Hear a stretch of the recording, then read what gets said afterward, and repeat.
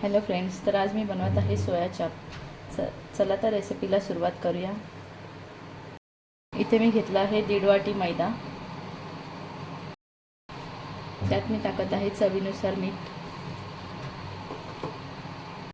आता पाणी टाकून हे पीठ मळून घ्यायचे. पाहू शकता फ्रेंड्स, इथे माझं पीठ मळून झालेलं आहे. याला मी 5 मिनिटासाठी झाकून ठेवणार आहे. इथे मी 1 कप सोयाबीन भिजायला ठेवले होते. आता ते भिजून झाले आहेत. आता यातलं पाणी काढूया आणि हे मिक्सरला वाटून घेऊया.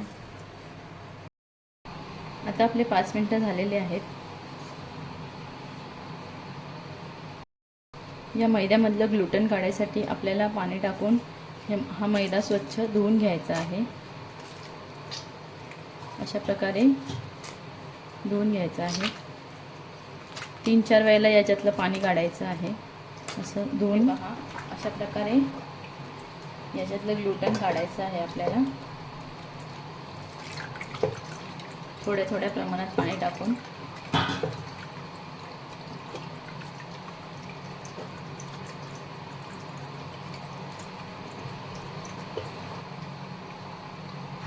हे पहा, हे ग्लुटन असतं. पाहू शकता मैद्यातलं ग्लुटन काढून रेडी झालं आहे. अशा प्रकारे हे ग्लुटन निघतं मैद्यातून.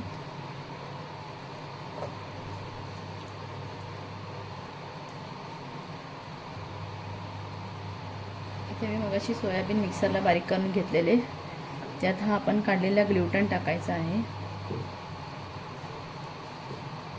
आणि याला मिक्सरमध्ये दोघांना मिक्स करून बारीक करून ग्लुटन आणि सोयाबीन मिक्स करून असं हे मिक्सर तयार झालं आहे.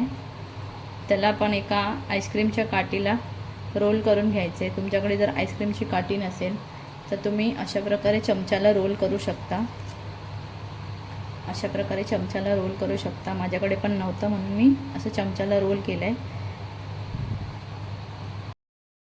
इथे मी अर्धा टोप पाणी घेतलं आहे. आता ह्याला गॅसवर ठेवून उकळी येईपर्यंत गरम करायचं आहे.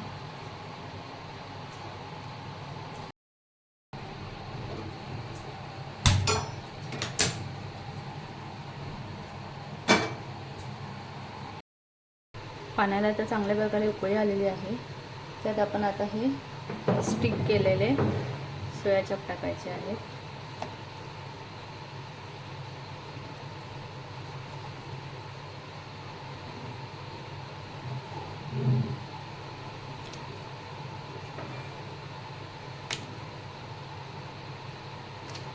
हे पहा, आपलं रेडी झालेलं आहे.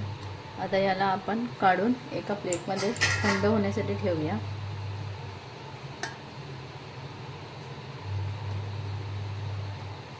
फ्रेंड्स, आपले सोया चाप रेडी आहेत. आता याच्यामध्ये तुम्ही वेगवेगळी रेसिपी करून हे सोया चाप तुम्ही बनवू शकता. मी आता रेडी करून ठेवलेले आहेत.